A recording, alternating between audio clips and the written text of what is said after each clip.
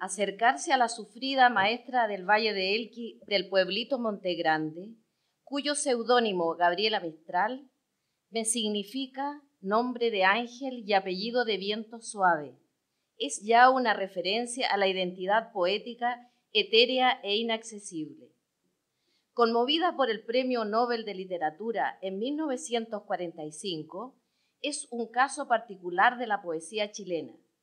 El interés en su biografía, un tanto especial, permanece abierto, mientras su escritura, casi clausurada en significaciones estáticas. Alguien dijo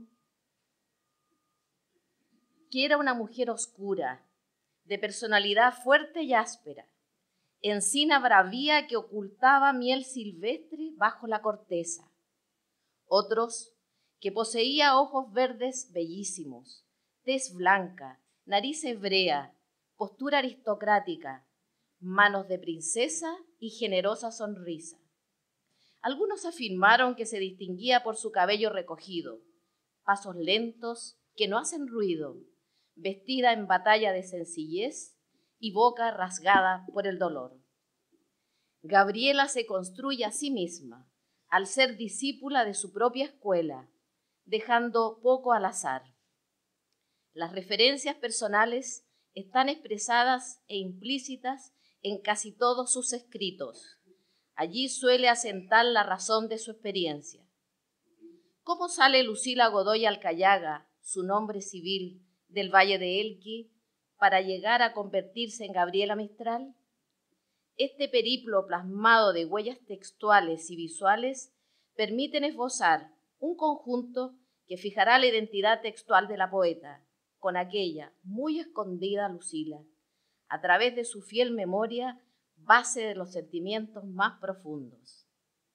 Se hace atrayente entonces buscar su rostro, su casa, su mar, sus montañas, sus amores, en la riqueza y complejidad de los versos, porque en ellos se construye a sí misma. Habrá que encontrarla en el entramado telar que ella misma teje, escondiéndose y mostrándose como en el destejido de Penélope. La propuesta metodológica consistirá en adentrarse en los laberínticos caminos de su construcción poética, reconociendo en el mito del eterno retorno un modo para descubrir la ipseidad tangible que hace Gabriela cuando se cita con Lucila desde la adultez madura hacia la infancia soñadora y trágica. Encuentro estremecedor con aquellas niñas que diluyen y espejan en Gabriela a través de un destino poéticamente adverso. Ipseidad múltiple y única a la vez en el poema narrativo, todas íbamos a ser reinas. Una cita-encuentro que se supone consigo misma, desde la distancia de la madurez hacia una niñez evolutiva, cuyo oráculo inamoviblemente cruel ya se ha vivido. Quizás una imagen algo hostil de sí misma, sin posibilidades de cambio. Habrá reconocimiento en la multiplicidad, en la diversidad como parte del yo, afirmándose la primacía de la misma en distancia temporal, en una simbolización y diferenciación que se enuncia a partir del reconocimiento de su heterogeneidad interior. Al respecto, Todorov señala que, en la cuestión del otro, que el problema puede referirse a que no pertenecemos. Habría otro interior en uno mismo, que permite descubrir nuestra heterogeneidad y da muestras de los diversos yo que nos conforman. El yo es otro, y en yo también hay otros. Gabriela no es espectadora, en ella hay otras ellas que conforman un todo. En el poema aparecen 4 niñitas, princesas, que anhelan reinos de verdad. La simbiosis Gabriela-Lucila o Lucila-Gabriela nos increpa. ¿Quién habla en el poema? La una está en el sujeto que escribe, forma parte de ella en su interioridad memorable. Nos encontramos entonces frente a un emisor que se reconoce y nombra en cada princesita y especialmente en una llamada Lucila, sujeto y objeto de su propia escritura, en cuanto que es Gabriela la que habla, pero es a sí misma sujeto, en cuanto está en la que habla, es parte de ella, de su subjetividad, una en todas, la una en representación de todas. La hablante lírica cumple la función de diseminar su yo en una múltiple ipseidad.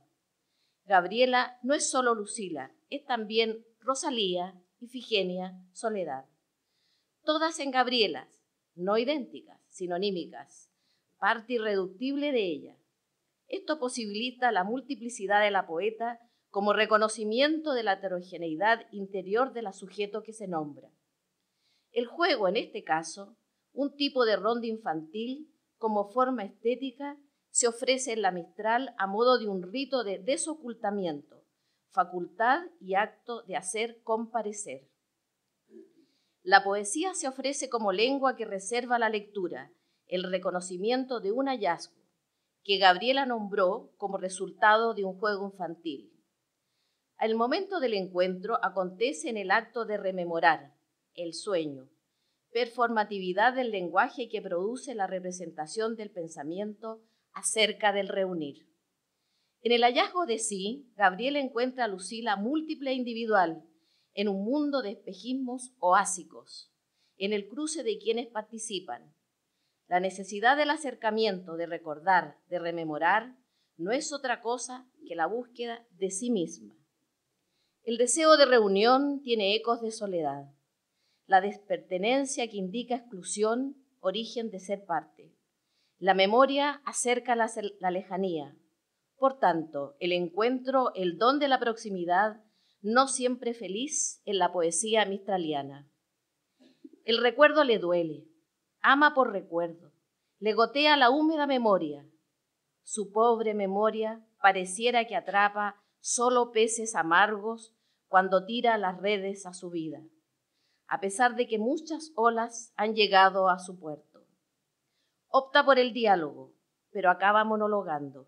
Dice: jamás nos cansaríamos de hablar con el corazón solitario, jamás llegaremos al abismo en donde se genera el sentimiento. Todas íbamos a ser reinas. Todas íbamos a ser reinas de 4 reinos sobre el mar, Rosalía con Ifigenia y Lucila con Soledad. En el valle de Elqui, ceñido de 100 montañas o de más, que como ofrendas o tributos arden en rojo y azafrán. El título es una perfecta síntesis conceptual, aunque solo en apariencia, de cuento de hadas, mundo fantástico maravilloso de arte monárquico, relato que garantiza el desenlace. Y vivieron muy felices, toda una fórmula de sueños cumplidos.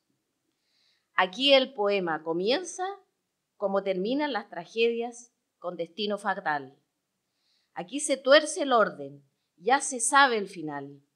¿Será un recurso pedagógico lingüístico para incentivar la lectura y posterior análisis? En la estructura del relato hay una presentación idealizada. Le sigue el antagonismo de las fuerzas en pugna, choque entre el bien y el mal. El conflicto se resuelve cuando una de ellas supera a la otra en el clímax. Se desgrana poco a poco el final, y hasta podría haber un epílogo iluminador. Aquí el título es a la vez clímax y desenlace, en una suerte de superposición temática. La pregunta toma fuerza. ¿Cuál fue el obstáculo que interrumpió el sueño infantil?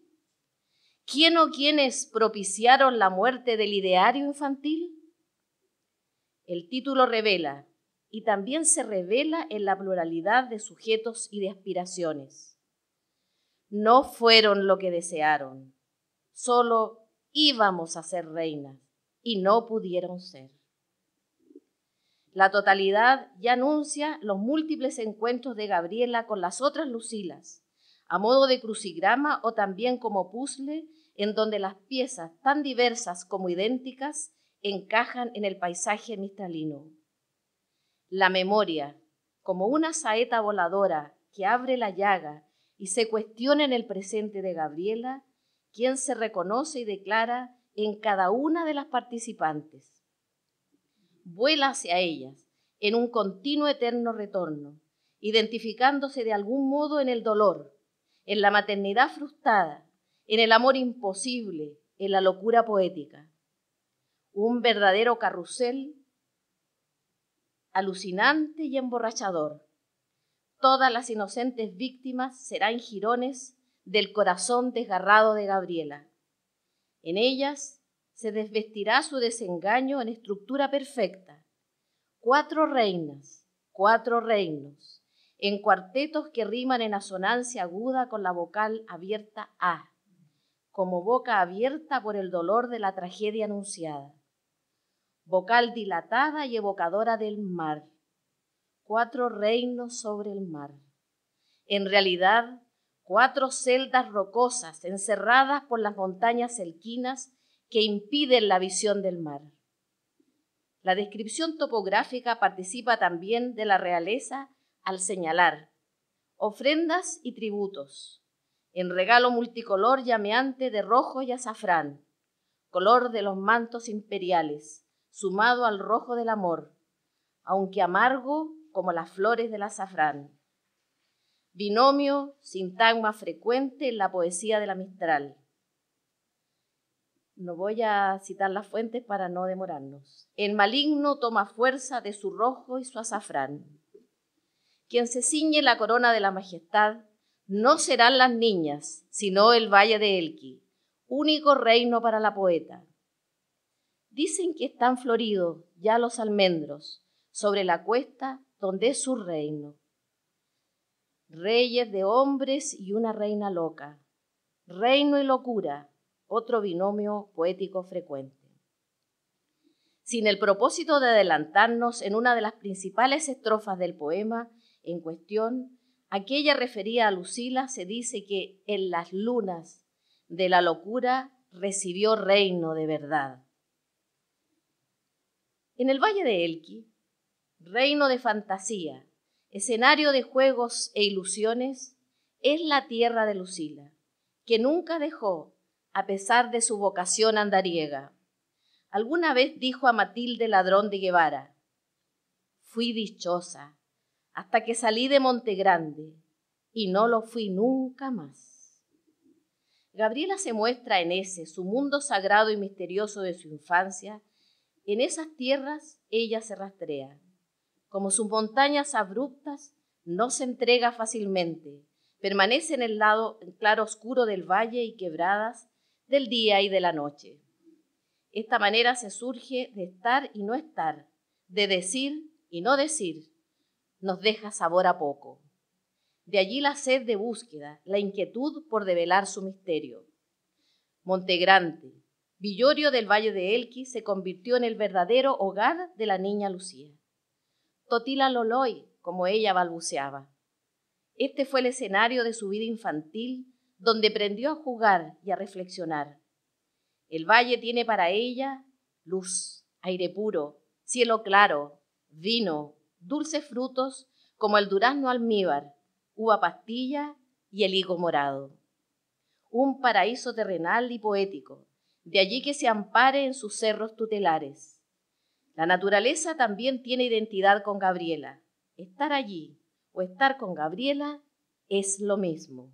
Con ella se descubren los secretos ásperos del monte y la suavidad del valle. Muchos son los versos que apuntan a su reino. Acuérdate, me crié con más cerros y montañas. Los cerros cuentan historias. Valle mío, nación mía. El cuento de este valle anochecido, las maderas del cerro de Elqui huelen y embriagan. El río Elqui de mi infancia, nunca lo pierdo. La estrella está en Belén, de Judea, también en el Valle de Elqui. Lo decíamos embriagadas y lo tuvimos por verdad, que seríamos todas reinas y llegaríamos al mar. En estos versos, la decepción queda vibrando en la triste declaración de la esperanza fallida. Las desilusiones de las niñas quedarán guardadas. Una aseverada verdad se transformó en mentira, apenas sostenida por 2 pretéritos certeros y por 2 potenciales que se hicieron solo posibilidad. el hecho de relanzar de nuevo el tema a la situación inicial, nos envolvemos en la tromba del eterno retorno, en la concepción vital como repetición infatigable de la única y misma historia. Con las trenzas de los 7 años y batas claras de percal, persiguiendo tordos huidos bajo la sombra del higueral. ¿Cuál es la identidad de esta niña? ¿Solo una de las 4 soñadoras? Más parece una representación de todas ellas. Descripción con movimiento cinematográfico en gerundio que no termina, perseguir, lo inalcanzable, símil de los reinos perdidos. Gabriela podría ser su nombre, permanente buscadora del ideal en la irrealidad de las sombras.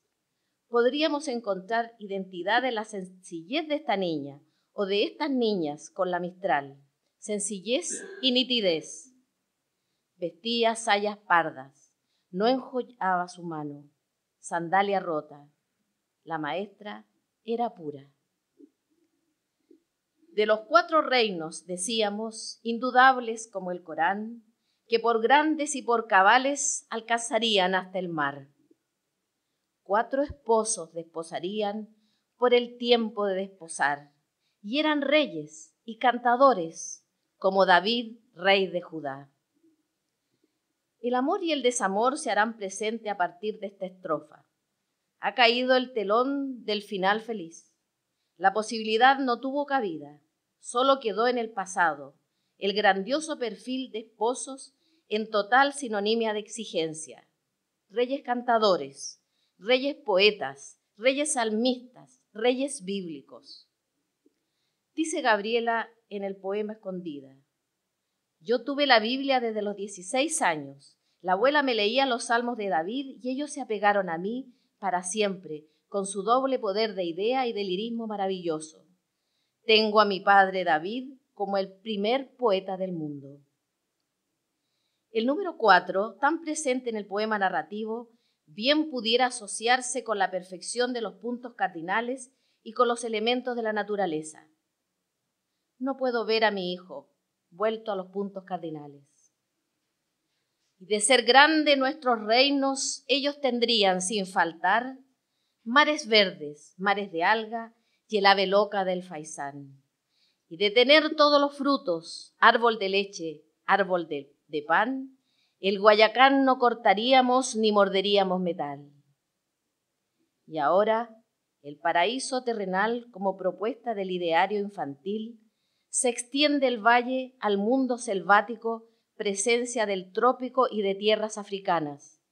Lo pueblan distintos océanos, aves y árboles. Todo se desborda en colores, sabores y también en significados subterráneos. Árbol de leche, que vierte gotas blancas de látex y con muchas espinas. Asimismo, árbol del pan, con propiedades nutritivas y curativas. Y el guayacán, árbol autóctono con madera tan dura que mellaría hasta el metal. 3 árboles se alzan en una etopéyica descripción de la Mistral, que es un árbol deseosa de maternidad nutritiva y de corazón endurecido por el dolor de amor. Todas íbamos a ser reinas y de verídico reinar, pero ninguna ha sido reina ni en Arauco ni en Copán. Nuevamente retornamos al comienzo con la diferencia que nos encontramos con el clímax representado lingüísticamente en la conjunción adversativa pero, y con 3 negaciones, conformando la perfección en el fracaso existencial. La cruel realidad aplastó la ilusión romántica. Desde ahora se especificará el problema, aunque múltiple, tiene una sola síntesis: no al reino, sí al dolor imperante y sin vuelta atrás. Se ha producido el quiebre. El anhelo incumplido es la representación del fracaso, dando lugar a la aparición de la soledad, la pérdida de la fantasía, del amor. Desviación hacia el mal inesperado. La ilusión se transfigura, pero su sino será la fatalidad. Ninguna lo logró, y en ninguna parte. Si antes el paisaje se extendió, ahora también la frustración para todas ellas, pero no podrá cambiarles el destino. Tampoco ella lo logró, a pesar de sus esfuerzos, tanto vitales como poéticos. La incomprensión arrasó con ella. Rosalía besó Marino, ya desposado con el mar, y el besador en las guaitecas se lo comió la tempestad. Aquí la tragedia se duplica y enfatiza, porque hay cierto rasgo pasional. La semejanza fonética apunta al fin y a la muerte. Marido, marino, mar. Detrás de la calma puede desatarse la tragedia. La elección fue peligrosa, no previó la realidad, fruto de su inexperiencia. También el marino la comparte. En definitiva, ella se tragó sus sueños. A él se lo tragó el mar. La cercanía de Gabriela con Rosalía es evidente. Se enamoró del amor. Romelio Ureta, quien no le fue fiel y se mató, como dice Gabriela, no por amor, por vergüenza. Aquel suicida era la sombra envenenada que la hacía cantar, la obsesión que le arrancaba de su corazón esos gritos pasionales, ese ruego insistente, ese sollozo estremecedor. El mar ha sido un símbolo de muerte. Bastaría con recordar a Jorge Manrique. Van a dar al mar, que es el morir. Soledad crió 7 hermanos, y su sangre dejó en su pan, y sus ojos quedaron negros de no haber visto nunca el mar. En las villas de Monte Grande, con su puro seno candial, mece los hijos de otras reinas, y los suyos nunca, jamás. Nuevamente la poetisa se encuentra consigo. Cada vez más el poema va increciendo para la cita final. No se trata de un nombre propio, sí del estado permanente en que vivió como Lucila Gabriela. El estado de abandonada, dolorida, contiene gran parte de los versos por la plenitud del sentimiento y la forma lograda con que se expresa. También puede encontrarse en ellos lo de tono directo y sencillo y los movidos por la exasperación de la angustia. Gabriela no tiene reparos en mostrarse descarnadamente, a pecho abierto, sus heridas y dolores. Dirá, y esta carne abandonada, llena de resplandor, eternidad y olvido, mi soledad tengo a diestra. Vivió en medio de la soledad que adquiere nombre y el sufrimiento, a veces deseados, y ambos se convirtieron en fuente de su energía poética. Se desespera al buscar la expresión exacta, tuerce el lenguaje, lo aprieta, lo atormenta. La niña mujer Soledad cría a muchos hijos, en simbología numérica, hijos que no son suyos, ajenos a su vientre, pero muchas veces reconocido en el magisterio. Será la madre de hijos ajenos, de otras reinas. Hay más de maestra que en la propia madre, por el hijo ajeno, poesía que le da más dignidad a la enseñanza. Ella tiene un concepto casi misionero de la enseñanza, y para ella el papel de las madres y las maestras es similar. Allí pondrá su sentido tan fino de maternidad. Desvarío de mi hijo, vaivén de mis rodillas. En mis faldas yo te tuve, envoltura de rizos.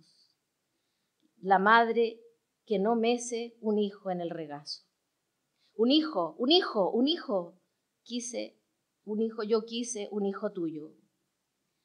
Un niño tuve al pecho como una codorniz. Para que duermas, hijo mío, el camino enmudeció.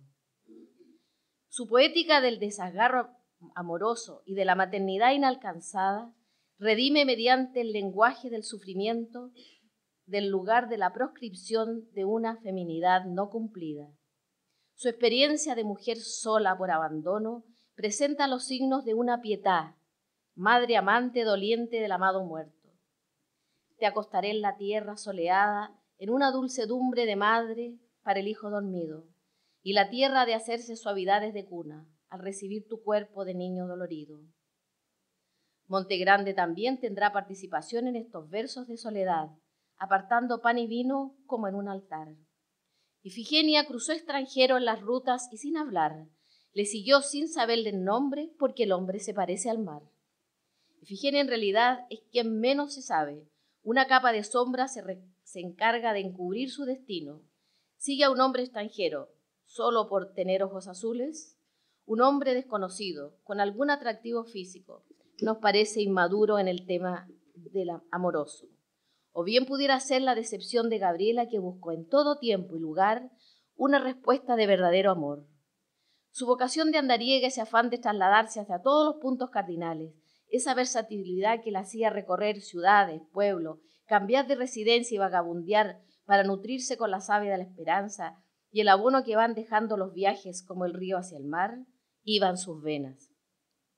La errancia, no solo física, sino de pensamiento, la vuelve radicada y peregrina, singular en su soledad. Hay en sus versos recurrencia al motivo del viaje. En las nubes contó 10 hijos y en los alares su reinar. En los ríos ha visto esposo y su manto en la tempestad. La última de las doncellas, Lucila, tiene el nombre y es como las anteriores, Gabriela, pero con una ipseidad más tangible, Lucía.